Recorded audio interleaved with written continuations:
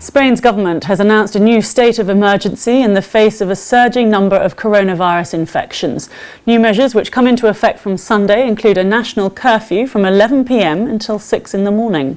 The United States has seen another record high in new COVID-19 cases, with nearly 89,000 reported on Saturday alone, as the country prepares for a presidential election in just over a week's time.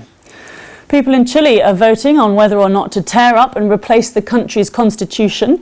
The monumentous referendum comes after more than 1 million people took to the streets last year demanding change. And Lee Kun-hee, the chairman of the South Korean tech giant Samsung Electronics, has died at the age of 78. Under his leadership, Samsung became the world's largest producer of smartphones and memory chips. Opposing sides in Libya sign a permanent ceasefire agreement after 5 days of United Nations organized talks.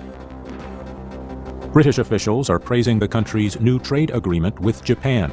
It is Britain's first major trade deal since the country left the European Union.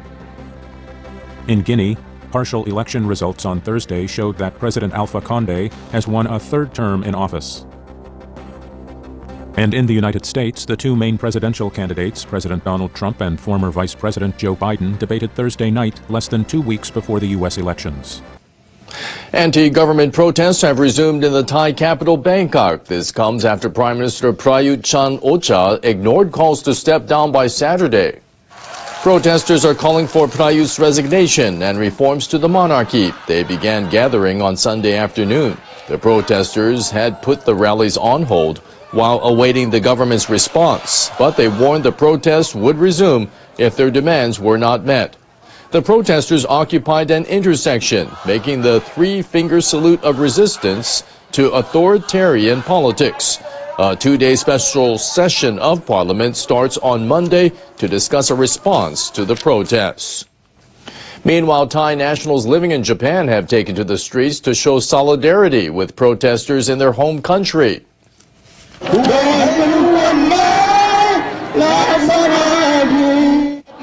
More than 100 people gathered on Sunday in front of Shibuya Station in central Tokyo. One man said he was taking part to raise awareness about what is happening in Thailand. He called the situation in his home country unfair.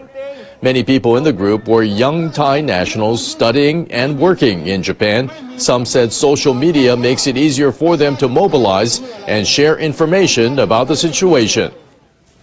We want to translate it into English, into Japanese, like any language we can, and we share it on social media, and it's a really nice way to let people know what's happening in Thailand. Many protesters also said they felt a duty to use social media to provide people back in Thailand with information that is being censored by the government.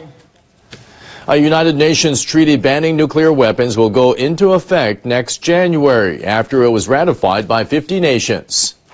The treaty on the prohibition of nuclear weapons was adopted back in 2017 with the approval of 122 countries and territories. The treaty says the use of nuclear weapons violates international law covering armed conflicts and bans their development, possession, and use.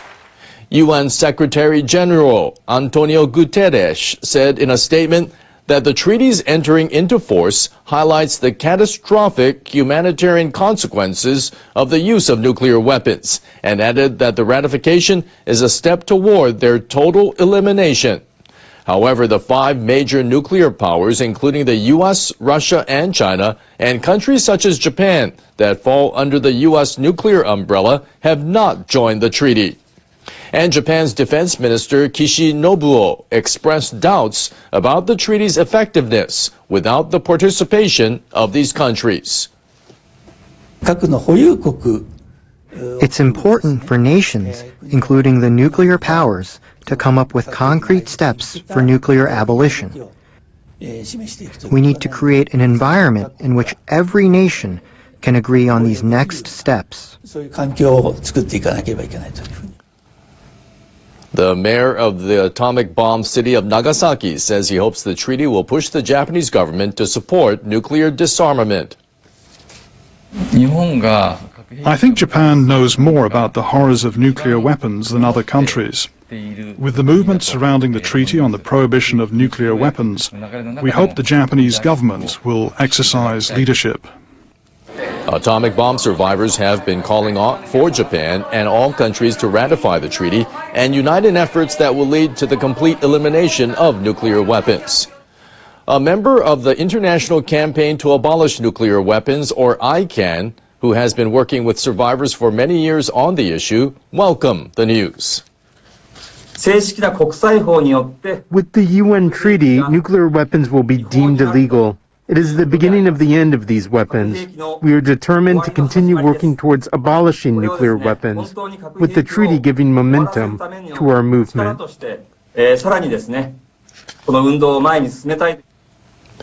The head of the Atomic Bomb Survivors Group in Hiroshima, Tsuboi Sunao, said he will continue working to urge nuclear powers and countries under the nuclear umbrella to join the treaty.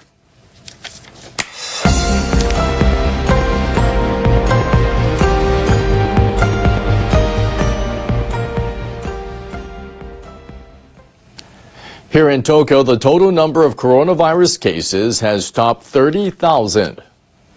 Officials reported 124 new cases and 2 deaths in the capital on Sunday. It was the 6th consecutive day that the daily total has been over 100.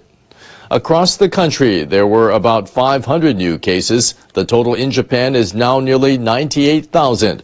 More than 1,700 people have died.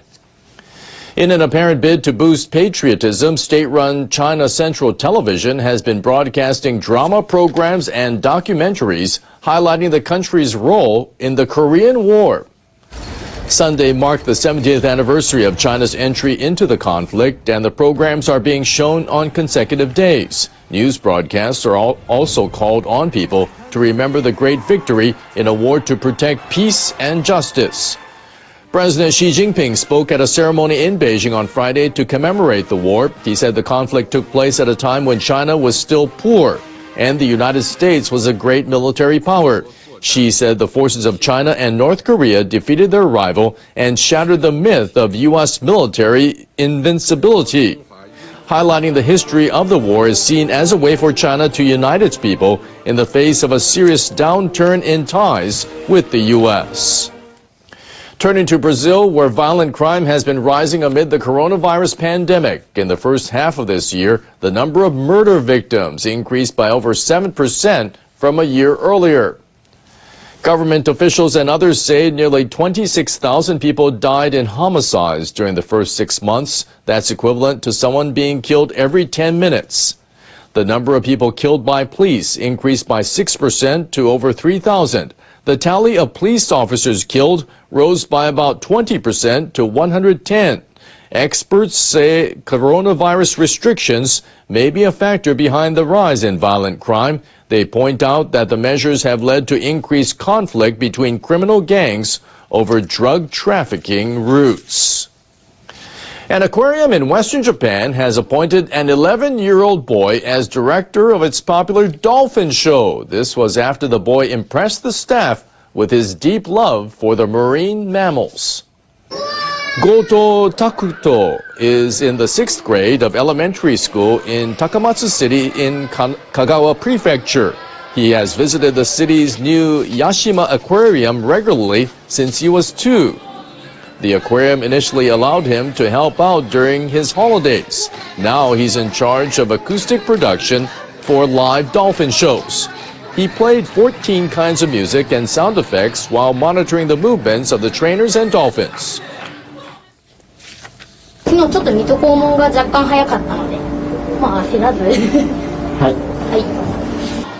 A new aquarium employee was on standby to take his instructions. After the shows, Takuto walked around inviting visitors to take photos with the aquarium's mascot.